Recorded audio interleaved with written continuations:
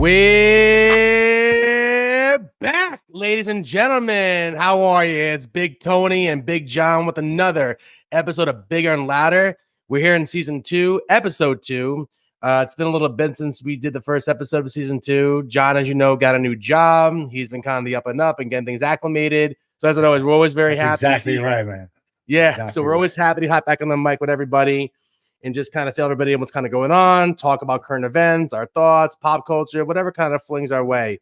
But again, just want to pick up the job, man. Like, just want to ask you, how's the new job going, man?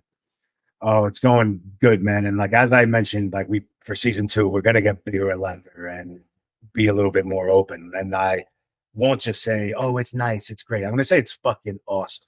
John, I think you mentioned it on last episode for the start of season 2, like our sophomore season is like, we're not going to really kind of like sugarcoat things. We're going to get like personal and also more deeper on certain conversations, things that are really more top of mind, and just without even kind of trying to, put a silver, a nice bow on it.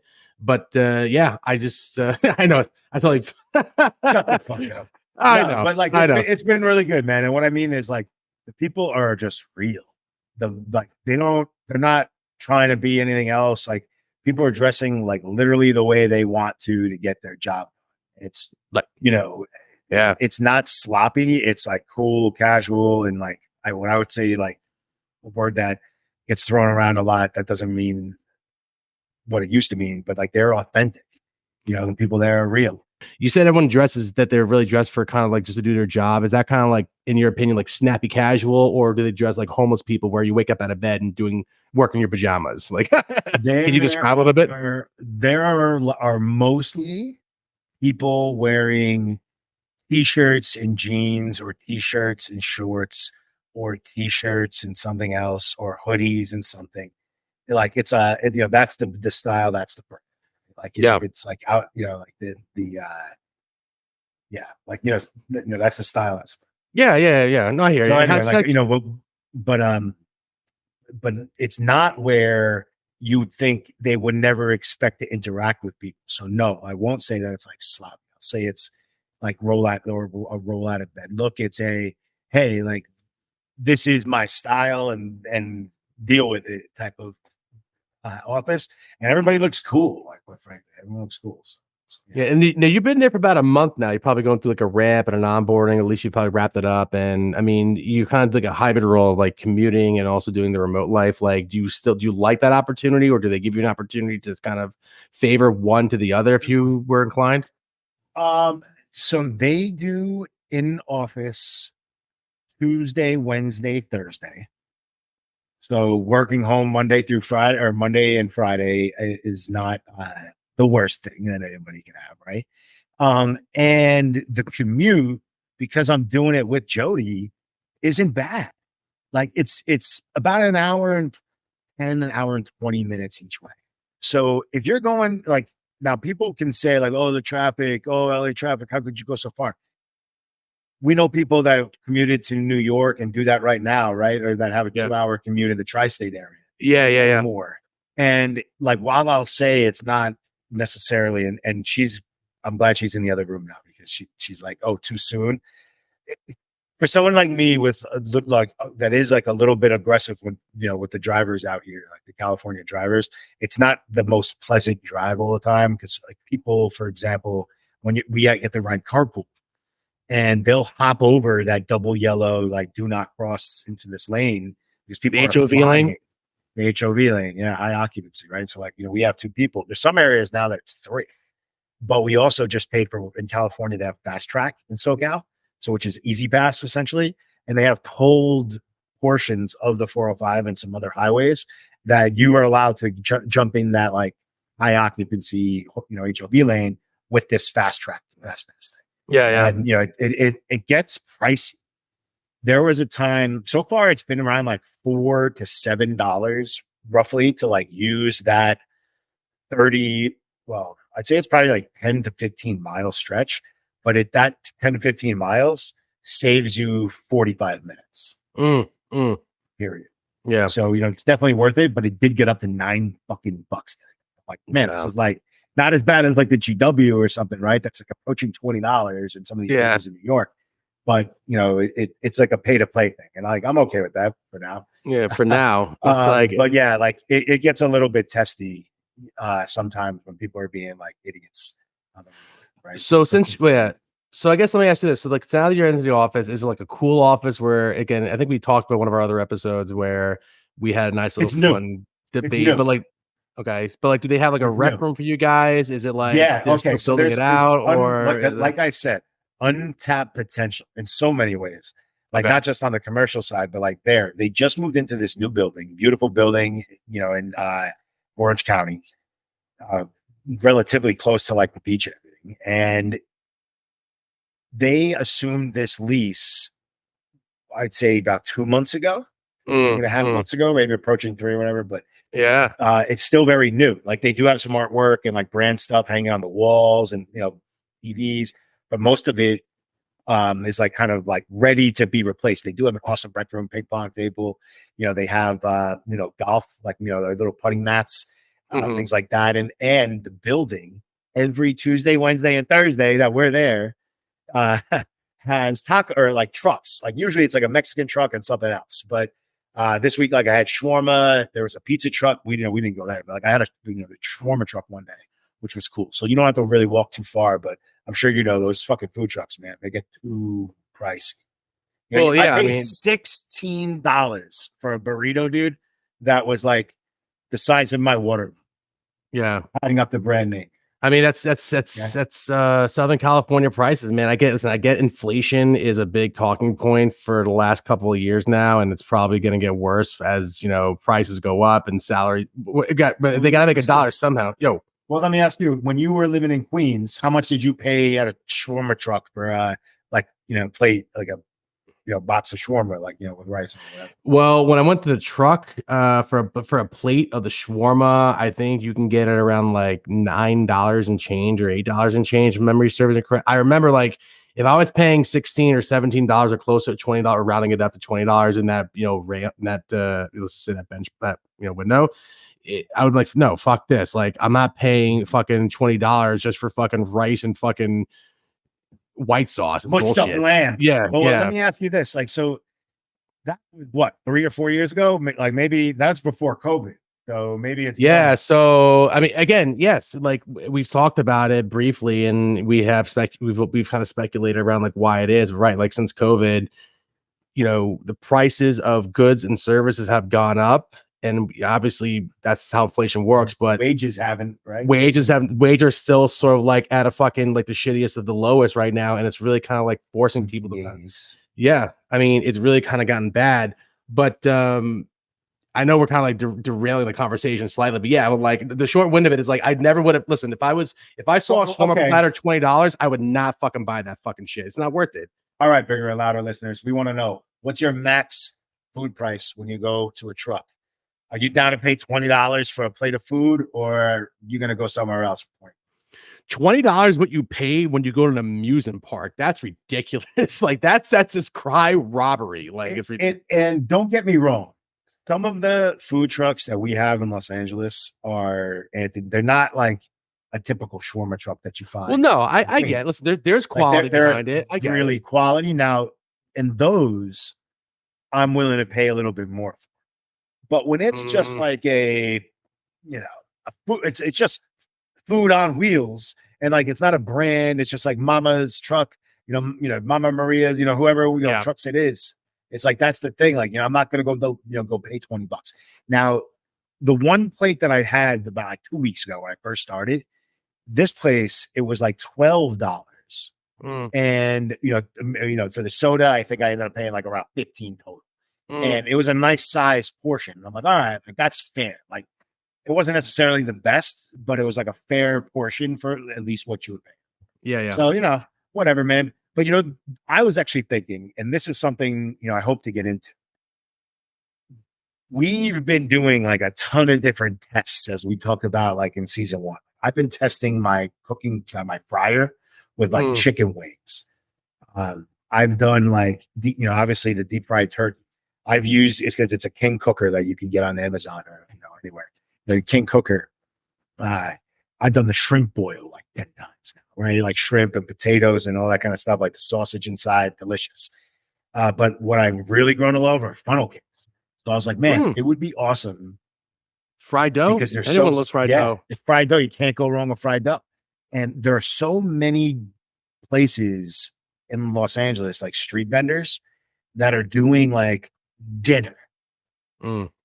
There are a handful, like in the valley, a handful would be generous to say that there are places that do dessert. So it would be like, man, imagine setting up shop near like some guys doing burritos or, doing their shawarma or, or here they do like pastor, which is like the, pork cooked the same way. And it's like, it's really good. But afterwards, I take a little stroll, go get a funnel cake. And they sell these trailers that you hitch up to your truck or, your SUV or whatever. And it's like this cute little pop-up thing. And, you can change, from doing funnel cakes to whatever the fuck you wanted to do, man. Like they're really cute. Jody found them like, on Marketplace or something. This place fabricates them. You tell the colors and they, get it out. And it comes with like water hookups and all that kind of stuff. They're pretty cool. So you go ahead. Yeah. No, I was going to say like dessert. So yeah, dessert is definitely like a shortfall here in LA. And for that, I would go and I know, okay, we did a sample. My, soon to be sissy in-law, who is an avid listener that Jody now who stepped into the room. Oh, wow. Reminded me. No way. Yeah, she did some recon for me because they like, I'm lucky. Everyone here, like my family's very supportive. Like they're like, oh, these are good. You should, we should think about doing it. So there was a carnival and they went to sell. Now I was going to ask you, and now we just talked about this. So if I was going to ask you what a funnel cake with whipped cream and fruit topping was, how much it cost in the valley, not like fucking Disneyland, not at a food truck, at like a stand at a carnival, what would you say? $3. It was $18. If there was ever a time where I had to tell you to get the hell out of California, like that should be that should be like the straw that breaks the camel's back as to like why you should jump ship and go someplace else. I've been promising Anthony a detailed breakdown of all the bad things that have really come to light in like the last couple years to me, but we're not going to do it today. No, but like John, $18 for funnel cake. Cake. It's fried dough. All I'm saying is that's an untapped market, baby. And if I charge like $10 for a funnel cake, I'm going to make a fucking killing. Something. I got to say this because you're not like. Here's the thing, man. Like, so my father-in-law, who's a really bright guy, very logically good with math, number. He's book smart, right? More or less. And there's actually a type of sell they call this, or like a way of doing business, but like you're actually selling. I don't want to use the word like a free resource, but a resource that really costs you pretty much nothing to sort of like manufacture yourself as like a production cost. So like, think about it, like people who sell water in water bottles in the stores, right? You're selling water. I get that out of my faucet, but you're selling water at $8 a bottle, right? The biggest scam in America. Right, it's like everyone's saying like buy our bottle of water. It's more filtered, whatever the hell is better tasting. I don't know how they're able to brand fucking it, but prick, right? The prick that decided to bottle water. Fuck you and the grave that you lie in. But think about like, what are you really doing with dough? It's just like you can go to the store, go get a pound or 2 pounds of fucking flour and fucking make your own dough. Take a little knot, throw it in there, expand, and you could charge $5 a pop for it when you probably cost you like right. It's even like better. It's even better because like the more you make, the like, just kind of like anything, like the more you make in volume, the bigger your profit margin because, you're getting like, if I go out, right now when I do it for the family, like I did it for like Mother's Day, I did it for like a couple other, like events that we had, just to like make, for dessert for people. I go out and I buy like a 5 or a 10-pound bag of flour, right? Yeah. If I'm making them for a fucking carnival or like in the, out of a trailer, like doing like a little pop-up thing, I'm buying 50 pounds of flour minimum. Yeah. Right. And at that point, the price, the cost of goods goes down significantly. And then like, similarly, like the oil, like, right now I use my King cooker. Sometimes I'll put it on top of the, depending on how many I'm making, I'll just do it inside and I'll do it on top of the stove. Right. Yeah. I got the So I bought the funnel, the real funnel cake where you put the batter in, you squeeze the handle, and it comes out in the nice tubular kind of like, two girls, one cup motion. And the thing that I can't believe you just referenced that during food. of all the things, Son of a bitch. If you're driving right now, I apologize. So someone already had an accident, John. Off the road and hit your brakes. Someone had an accident. Let's send an apology to them. So the thing that I would invest in next, if I were going to do like commercial production of them, is just the electric tabletop fryer. Because they have heating coils that run through, whereas like my shit is like an open flame, and it's like, obviously anybody knows it's like harder to regulate an open flame with the temperature and keep the oil constant to keep it not from crisping up or being too cold. So I think like I would invest in that next, and yeah, man, like I think that might be coming soon. And then I would do like some wings and shit. Because who doesn't love some chicken? Well, no, I mean like your overhead costs are going to be pretty much nothing. And if you think about it, if you were to go down that route, let's say you did like funnel cake, it's literally like just like going to the corner like a lemonade stand, but instead of doing the lemonade stand, you're just selling funnel cakes or just fried dough at the corner. Like you have like pounds and pounds of it. Just like, how do you want yours? You want powdered sugar? Oh, you want yours with some grape jelly on it? Or how do you want yours? It's like the overhead cost of shit. Just put a stand up and just fucking do it there, man. But we kind of like diverge a little bit because going back to your office, somehow we got into food, but like, no, don't even. I got a better segue. So okay. I'll go say. Okay, so no, but going back to this food thing, man, like you've been going on some road trips lately, so much so that you called me and my old man to see if he, not me, but he wanted to drive with you from upstate New York down to Virginia to look at a motorbike. So I don't know, like tell me about this trip, but first tell me about the food that you ate on this trip. Because I know you didn't go with your family. Yeah, no. So like, if anybody knows, I'm an active, avid motorcycle rider. Been riding for years now.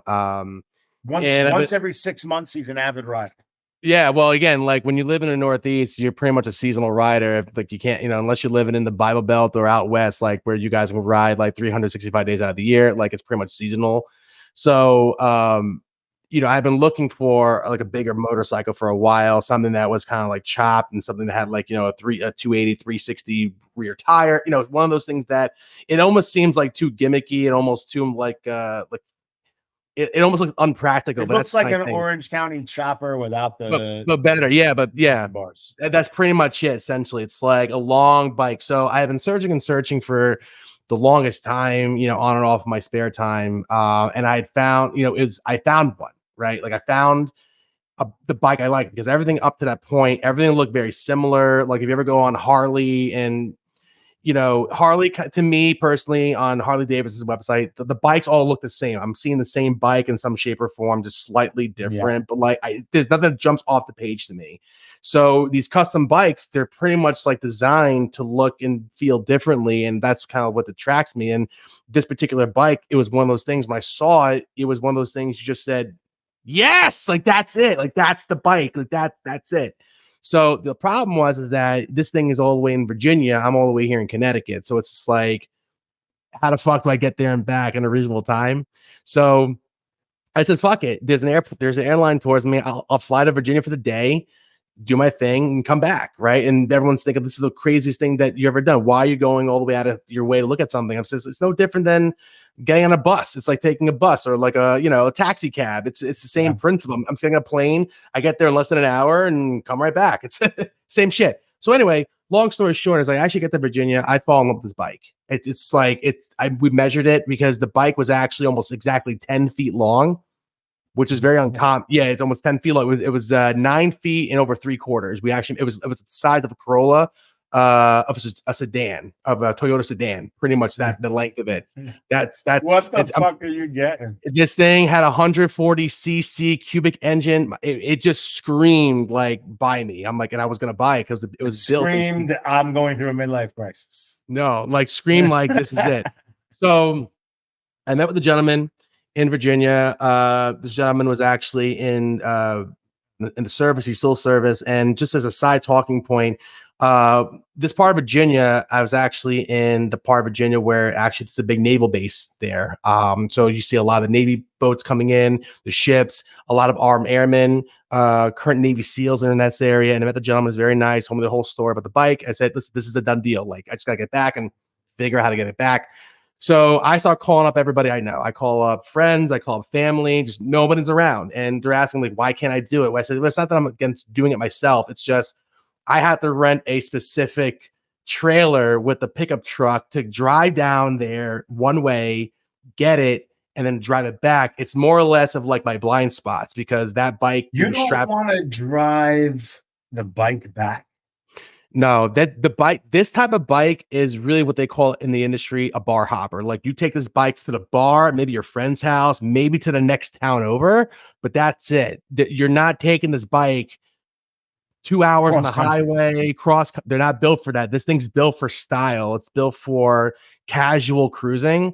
And that's the type of ride I want. Like, as a side talking point, like we're in the year 2024 and everything is kind of cyclical in terms of like what's in, what's out, what's considered like popular and what's not. So currently right now, as a talking point, like in terms of motorcycles, the bagger motorcycles are actually in. So these are the ones that have like, they're meant for like cross country riding. They have the bags on the side that are kind of like more modern. They're in and they're overly priced right now. That's popular. That's in. So if you're looking for another type, if you're a rider and you're looking for something like, you know, a 2020 Harley, or you're looking for like a Yamaha, or you're looking for like a Kawasaki, you can actually get a really great price right now because they're not really as popular right now. So you can actually get them pretty good used with very, very low mileage. My friend. Not for you. So back to the story is that, you know, I called you.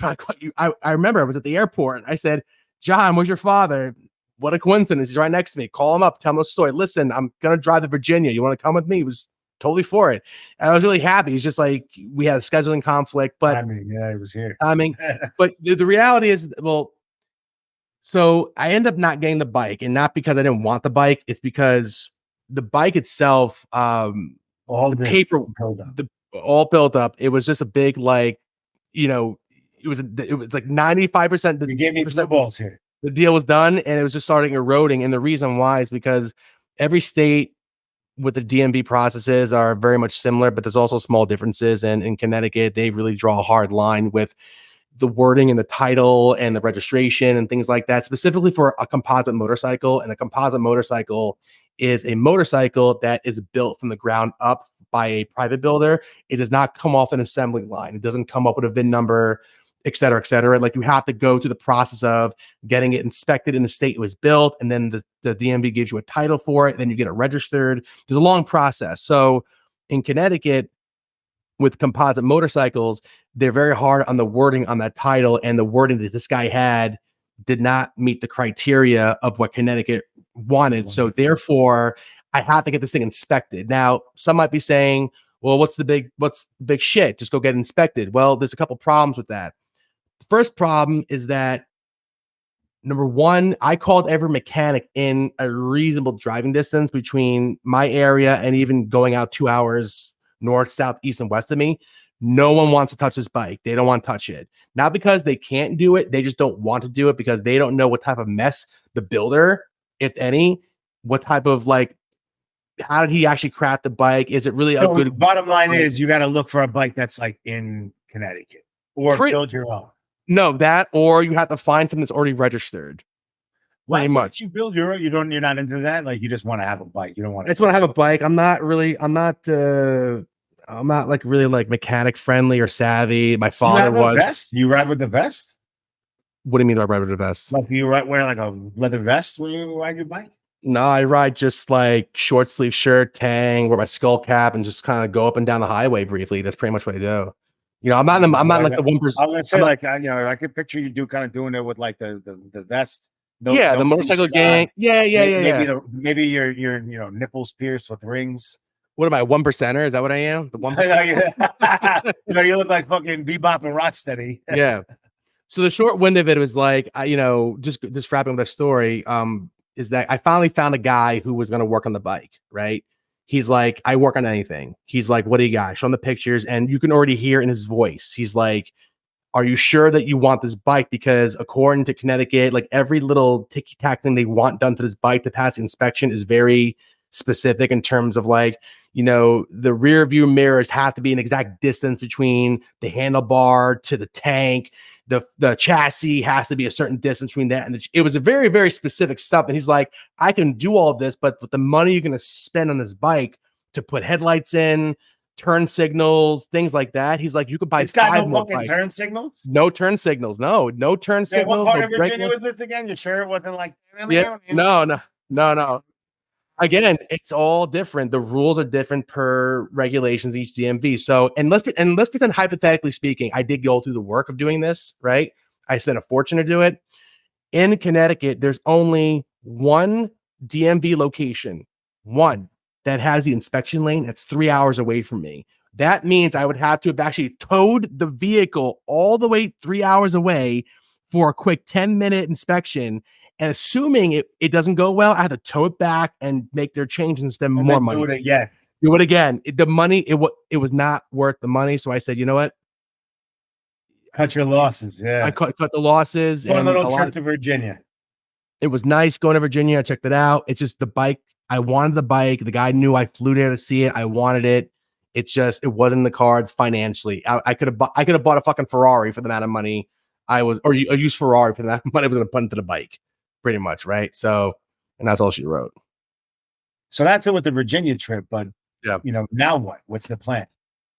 Just got to keep searching for a new bike. So I'm back in the market, just searching for my next new bike. And if it comes my way, it comes my way. But, I just. Where do you look? Where do you. Well, Trader, like where do you. Like you can look on. You're going on Craigslist? You're going on back. No, not Craigslist. You can look. There's actually websites called like Chopper Exchange, Cycle Rider. These are like websites meant for. You can actually even call up private dealers, because they actually get used motorcycles in there all the time when private sellers can't sell it on their own. And what they do is they'll take a cut of the profit if they can push out their bike. Like, basically, like they take 2%. So if you want to sell the bike for, let's say, $15,000, the dealer is going to take 4% off of that. And you're pretty much not going to get what you're asking price, because some people just want to get rid of the bike. So or you can look on Facebook Marketplace. That's all. I was actually pleasantly surprised about the number of vehicles you can actually find on that, what people are willing to give away because they just want to get rid of their stuff. And it's actually an easier way to reach more people quickly. So, but yeah, Cycle Trader, Chopper Marketplace has been good. I've used that as well. Yeah. It's, I was going to say, like, you don't want to be just like Googling, like, fat hogs. Well, yeah, I think people know, like, they want to maximize all their efforts, so they're going to make the listing on every single website they can get their hands on. I think Facebook just has a more of a popular presence because people use that more often. It's more social media based. Social media. Okay, so let me ask you another question then. So, like, you're going to buy, or you were looking to buy this bar hopper. Yeah. But is that the kind of bike you really want? Like, your last bike wasn't necessarily like that. No, my last bike, I specifically bought it because for city riding, because where my house was to my job, I live so close but yet so far, and sometimes like trying to get the subway was almost impossible, or just the walk was a bit more further than I expected. So I take the bike to work and park in between cars. It had a very small engine, so I didn't really need to go very far, just get from here to there and back again. If I was trying to compare apples to oranges, this bike would swallow my old bike in 2 seconds, because the bike that I had basically couldn't get up to 40 miles per hour. Let's put it that way. Oh, really?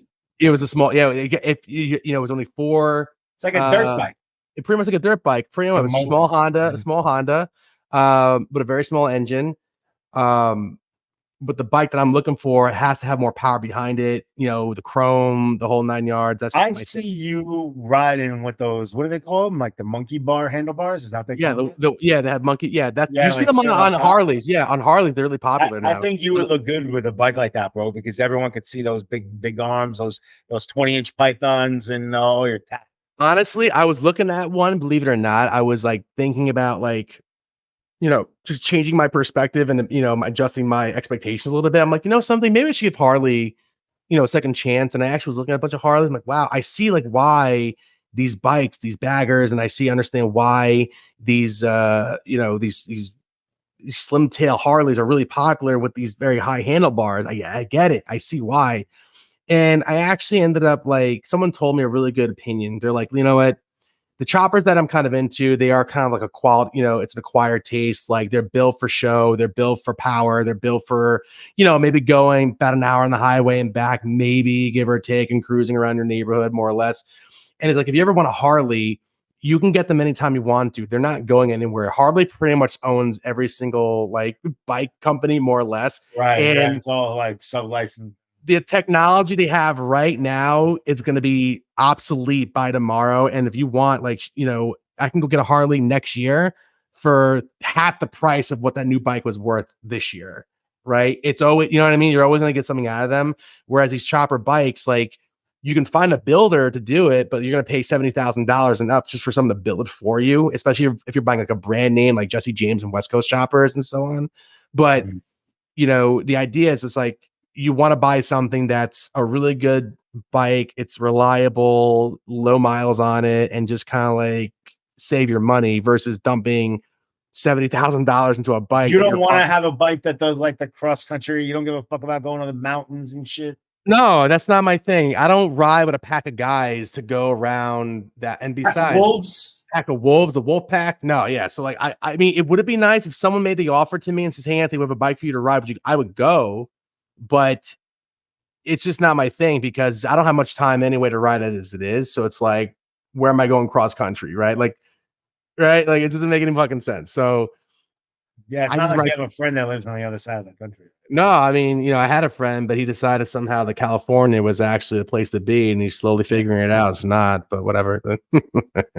Right. What goes around comes around. Anyway, so what else did you do on the trip, bro? Nothing. So again, with the trip, I just flew to Virginia, worked. I worked out of a mutual office. So, if you can actually rent out office space for communal, I'm sure they have in California, like communal office spaces where you can go in, rent like a space. Some of those at my building now. Yeah, there was a place I found, really gave me $55 for the whole day.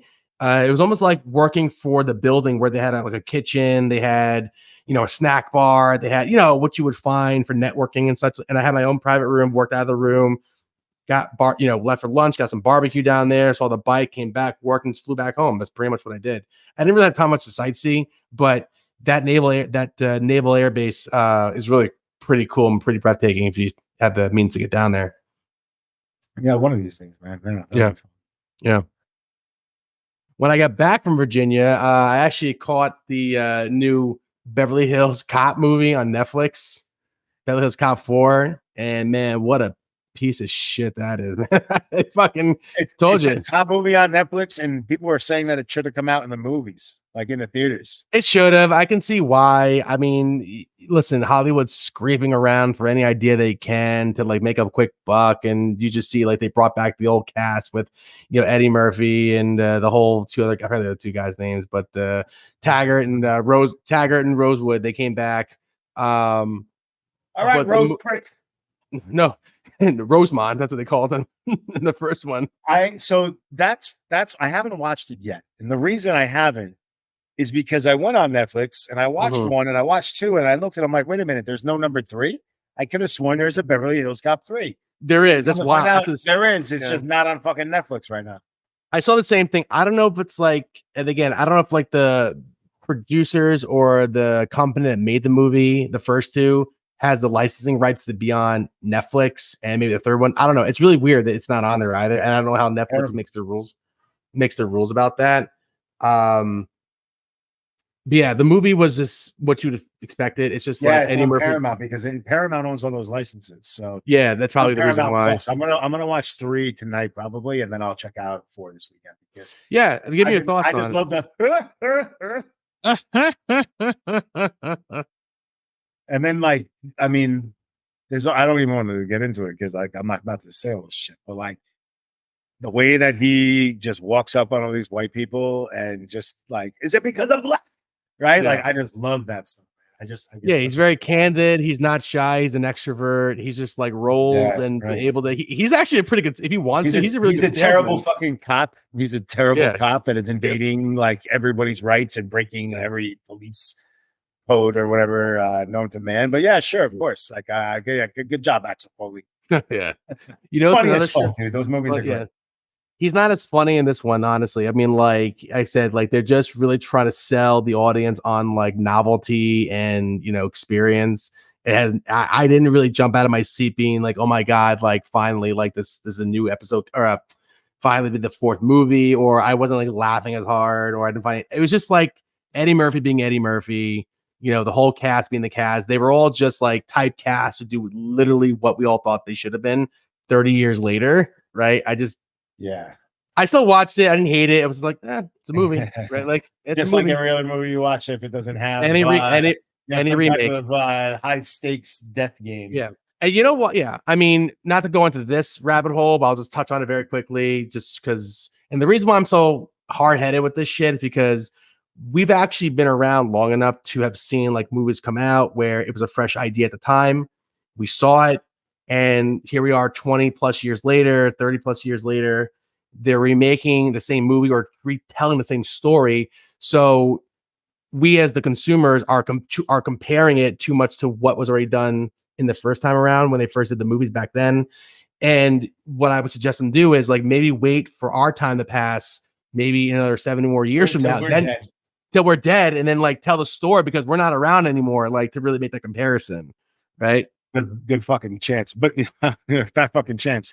But I think like, look, like I don't mind seeing well thought out sequels, and we talked about this. Like, it's just when they're money grabs and they're poorly written and they don't make sense in like a storyline or in any sense of continuity, like like Fast and the Furious. What but before we're dead, I can guarantee you there's a Fast and the Furious one. It's like in space, it's like in Spaceballs. Remember, like in Spaceballs, when like towards the end of the movie, he's watching the TV. He's like, "All right, next up, Rocky 5." That was in. It's like, it's like it never ends. I think this is gonna put some salt in your wound. They're making a sequel to Spaceballs. The sequel to Spaceballs with Josh Gad. You know who Josh Gad is? Wasn't he the guy the voice of Olaf, right? Yeah, Olaf. Yeah, I know exactly who he is. Was he playing Darth Gaston's little henchman there? Yeah. Was he? Is he playing Darth Helmet or is he playing Barf? I don't know what he's doing. And like, look, like I'm not holding my breath any longer. But you could say you're pissed off at making this movie. It's like, how could you do this? No, let me finish my thought. I'm not holding my breath any longer because I really thought after not seeing him in the, in Afterlife, that we would see him in Frozen Empire, Rick Moranis. And, I guess it really is true, maybe what they say that like he's done. He's never going to act again. He retired from acting. I forget after which was his last film, but he retired from acting when his wife passed. He had done his thing and now he was with his kids. And like, I commend him for that. Aren't they older now? Like, I mean, God bless him if he's hanging out with his grandkids or something, but Mr. Moranis, Ricky, Louis Tully, Darth Helmet, man, come back to us. Like, yeah, I gotta have it. I would love, again, here's something else my kids love. I would love to see another Honey, I Shrunk the Kids. That's one that I don't think I would get tired of. Well, yes, because his kids, it's like Honey, I Shrunk the grandchildren now. And that's like, but like, exactly, dude. But you know something though? Like, here, listen, I'm going to just like call bullshit. Like, let's pretend that actually is a title. Like, I guess at what point does Mr. Solinsky actually learn his lesson? Like, have you not fixed this machine yet or get it away from people? Like, how are you still shrinking people? Like, you're telling the story again. I think you go more Quantum Mania with it. Okay, so bear with me on this. All right. I would go more Quantum Mania where they've now perfected it. Okay, and they have like now it's both of his sons, right? Like Nikki, I know was in it. I forget what the little like the other guy's name was, and their older daughter. I would absolutely say that the sons are now involved, and that rather than work through, if you remember in like the second one, work through that company that when Honey, I Blew Up the Kid. when the company just didn't respect him. They didn't understand the scope of his work and the magnitude and importance of it, right? And, he didn't own all that technology. Like, I would say that they would have like Zelensky Enterprises. And I forgot about the third one. Like, I know that one, I got to see that one again. But I would think now, after reaching some level of perfection with their device, that they would come through and maybe discover some type of like universe that is ultra small, right? Like, we've talked not a bad about idea. right. And then like, we can go from there down that rabbit hole, but I think that would be fun because that takes that element of, what Ant-Man Quantumania, right? Like, didn't really expand upon was like, okay, well, it seemed like this whole universe was ruled by Kang when it was pretty fucking small, right? Thinking about shrinking things down, that space would be infinite, right? If you're that small, Yeah, you just keep going smaller and smaller. Infinite. Yeah. Right. Like, right. Like, there's so much space between the next thing. Well, I think like, yeah, go ahead. To your point, like, just because it kind of, I had a similar idea, but like mine might be a bit more comical. Like, and I don't know if you pull this off, but like, what if actually, I'm making a scenario up, let's say, I don't know, someone's pacemaker is about to expire and the Zelensky have to shrink themselves down into a small submarine and like should go into the body. And like, so kind of like what Stewie Griffin did in like season 3 when he found out like his gonna have another son. I said it's a stupid idea. It's stupid, but like that's where I think like you put like a reason for them to shrink themselves and solve a problem. Like that's kind of like what you're talking about, like whether it's more for research and adventure. What I'm saying is that would be a sequel too, because that movie was made in 1987 or something like that. 89 with Dennis Quaid. Dennis Quaid and Martin Short, called Interspace. And they shrink Dennis Quaid down and he goes inside the wrong person, right? He goes inside Martin Short. Yeah. You can hear him in the brain. And I would say that is a great way to confuse it, because that's another fucking sequel that would be fun to see. Because, if Miss Frizzle can do it from the Magic School Bus, right? I feel like, that's literally what it is. Yeah. Like nanotechnology, man. Like, when I went to UAlbany, dude, I don't know where they're ranked now, but when I was there, they had the best nanotechnology center and tech research institute, like, if not in the world, definitely in the nation. So like, I don't know where that is now, but I need to start making my donations again to the UAlbany fund when they call, because I need that nanotechnology to clean out these fucking arteries. Like they need to get in there and like clean out the pipes for me. We'll see if I can get on the list. No, yeah, totally. But the other sequel too, man, and this is actually probably a good place for us to do our weekly homework and give our listeners theirs. And then you're gonna find out that we always kind of leave each other a little list of things with a cliffhanger, Yeah. Like, what will they do? But, I'm representing today. I found a shirt that I'd say it fits. I wouldn't wear it out in public without a shirt over top, but it fits for the camera. Yep. About Mutant Mayhem, about the latest release now, because I told you this in season 1, and I'll tell you this again. Mutant Mayhem was a great fucking change and great flip on the Ninja Turtles story and franchise. And in August, and just today, they released a new trailer for the new series. It's going to be an animated series on Paramount Plus. I'm so fucking hyped for it, dude. My son and daughter are both hyped for it. And I'm just eagerly waiting to open my wallet to buy every fucking toy they make from it. Oh, but is it animated like with the CG from Mutant Mayhem, or is it really? It's the same. Like, it looks to be the same texture. It might feel, I'll read the reviews and check it out maybe later. You know me. I'm a hater, man. Like, I'm not a hater. That's animation now. You like anime, but you don't like that. You like MAGA or whatever. What the hell are you talking about? Don't you like anime? No, what the fuck? No. I thought you like Hello Kitty and shit. No, you silly goose. No. No.